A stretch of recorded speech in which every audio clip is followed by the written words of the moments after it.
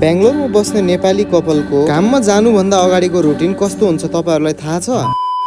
Hey guys, फेरि पनि स्वागत छ सबैजनाको हाम्रो एउटा नयाँ मिनी भ्लगमा। आई होप कि सबैजना सन्चै अनि एकदमै आरामै नै हुनुहोला। सो आज चाहिँ हाम्रो 5000 फलोअर्स र सब्स्क्राइबर्स कम्प्लिट गर्ने च्यालेन्जको डे 72 पनि भइसक्यो। ड्युटी जानुभन्दा अगाडि बिहान सबैभन्दा पहिलो काम चाहिँ हाम्रो मर्निङ वाक जाने हुन्छ। मर्निङ वाकमा पुगिसकेपछि चाहिँ हामीहरूले एकछिन वार्म अप पनि गर्न थाल्यौं। त्यसपछि अलिकति एक्सरसाइज पनि गर्यौं। एक्सरसाइजहरु गरेर चाहिँ हामीहरू फेरि रुममा पनि फर्कियौं। त्यसपछि चाहिँ मैले अलिकति रुममा चाहिएको सामानहरु अर्डर पनि गरिदिए। सामानहरु अर्डर गरिसकेपछि चाहिँ एकछिन सामान आउन्जेलसम्म मैले चाहिँ बाहिरै बसेर वेट पनि गरे। त्यतिकैमा डेलिभरी गर्ने मान्छे पनि आइपुगेर मेरो हातमा मलाई पार्सल पनि दियो। त्यो पार्सल रिसिभ गरेर म चाहिँ अब फेरि रुम तर्फ पनि फर्किए। रुम भित्र आएर हेरेको त बुढी चाहिँ भाडाहरु धुदै रहेछ। बुढी चाहिँ उता काम गर्दै थिइन्, त्यसैले मैले पनि बुढीको अलिकति हेल्प गर्दिन थाले। मैले चाहिँ सब्जी बनाउनको लागि सबै सामानहरु रेडी पारेर राखिदिए। त्यतिकैमा बुढीले रुममा झाडुहरु पनि लगाउन थालिन् र म चाहिँ भित्र आएर बसे। सोच्दै हुनु होला बुढी चाहिँ उता काम गर्दै छ, आफू चाहिँ किन भित्र आएर बसेको भनेर। म चाहिँ भित्र भिडियोहरु एडिट गर्नको लागि आएको। भिडियो एडिट गर्दै थिए त्यतिकैमा बुढीले चाहिँ मलाई सेक ल्याएर पनि दिएन र मैले चाहिँ पिए। र त्यतिकैमा नास्ताहरु पनि बनाएर ल्याइन र त्यो पनि खान थाले। त्यसपछि बाहिर आएर हेरेको त बुढी चाहिँ खानासाना पकाउँदै रहेछिन् र म चाहिँ ड्युटी जानको लागि रेडी पनि हुन थाले। त्यसपछि बुढी पनि रेडी भइन् र खानाहरु सबै प्याक गरिन् र बेगहरुमा हाल्न थालिन्। अब चाहिँ हामीहरु दुवै जना रेडी पनि भइसक्यौं र ड्युटी पनि जान लाग्यौं। ड्युटी जानुभन्दा पहिला चाहिँ हाम्रो टाइम यसरी नै कट्ने गर्छ।